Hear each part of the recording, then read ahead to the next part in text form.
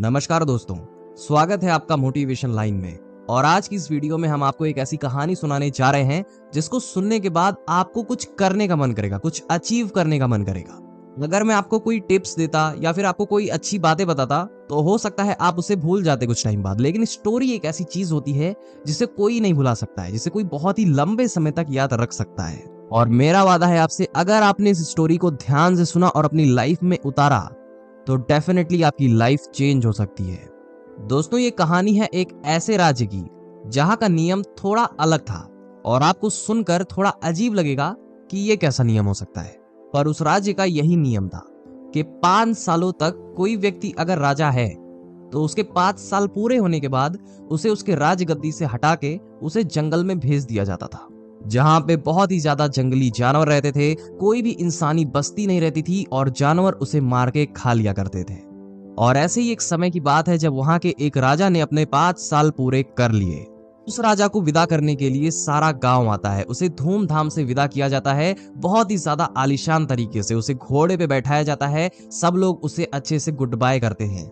और वहां पे एक चीज कॉमन थी, लोग राजा हंसते हुए तो आते हैं बनने, लेकिन जब वहां से जाते हैं तो उनकी आंखों में आंसू रहता है। लेकिन वहां पे गांव वाले जो थे, उन्हें जब राजा बनने का अवसर दिया जाता था तो उसमें से बहुत सारे लोग खुश हो जाते थे राष्ट्रीय ठाट भोगने के लिए। उन्हें यह नहीं पता होता था कि 5 साल बाद उनकी जिंदगी खत्म होने वाली है, क्योंकि उनकी आंखों के सामने राजमहल की चकाचौंध आ जाती थी। और जब गांव वाले पुराने राजा को भेज देते हैं, फिर लोग बात करते हैं कि अब नया राजा हमारा कौन होगा। बहुत ही ज्यादा सोचने के बाद एक ऐसे व्यक्ति को अवसर दिया जाता है राजा बनने के लिए जो उस गांव में बहुत ही ज्यादा चतुर और चालाक होता है। जैसे ही उससे पूछा जाता है कि अगर तुम्हें राजा बना दिया जाए तो तुम्हें 5 साल बाद जंगलों में भेज दिया जाएगा, क्या तुम्हें ये चीज मंजूर है? उससे बकायदा पूछा जाता है और ये भी बताया जाता है कि तुम्हारे साथ 5 सालों बाद क्या हो सकता है। वह व्यक्ति केवल 2 सेकंड चुप रहता है और तीसरे सेकंड में हाँ बोल देता है। गांव वाले बहुत ही धूमधाम से उसका राज तिलक करते हैं, उसे राजा की गद्दी पे बिठाया जाता है। और वो जैसे ही राजा बन जाता है वो कंफर्ट जोन में नहीं जाता है, राष्ट्रीय ठाट नहीं भोगने जाता है। सबसे पहले वो अपने सर्वाइवल के लिए सोचता है, अपने आगे की जिंदगी को सिक्योर करता है। पहले ही सालों में जिस जंगल में राजा लोगों को भेजा जाता था वहां जंगल की सफाई करवाई। वहां पे बहुत सारे राजा की कंकाल पड़े हुए थे, बॉडी पड़ी हुई थी जिसे जानवर खा चुके थे। जंगल को साफ कराने के बाद जितने भी जानवर थे वहां से गायब करा दिए राजा ने, और वहां पे एक गांव, एक कस्बा बनवा दिया।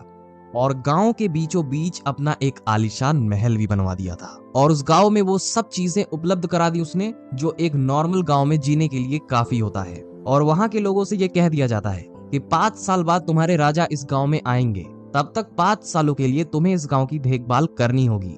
फिर वो जो व्यक्ति होता है वो पूरे साल अपना राष्ट्रीय ठाट भोगने के बाद जब उसका समय पूरा हो जाता है तो फिर से वही रस्म निभाई जाती है। सारे गांव वाले आते हैं धूमधाम से उसे विदा करने के लिए, घोड़े पे उसे बैठाया जाता है। लेकिन इस बार सिनेरियो कुछ दूसरा था। गांव वाले अक्सर देखते हैं कि कोई भी राजा जब जाता था तो उसके आंखों में आंसू थे, वो उदास रहता था। लेकिन ये जो राजा था वो बहुत ही खुश मिजाज में जा रहा होता है, जैसे ये कोई जंग जीत के जा रहा है, ये बहुत ही अच्छी जगह जा रहा है। वो राजा मुस्कुराते हुए सबसे अलविदा कह के वहां से चला जाता है। वह जब अपने राज्य में जाता है तो गांव वाले धूमधाम से उसका स्वागत करते हैं और फिर आगे की जिंदगी उसने आलीशान तरीके से बिताई। दोस्तों, ये स्टोरी तो थी बहुत छोटी, लेकिन ये सीख आपको बहुत बड़ी देती है।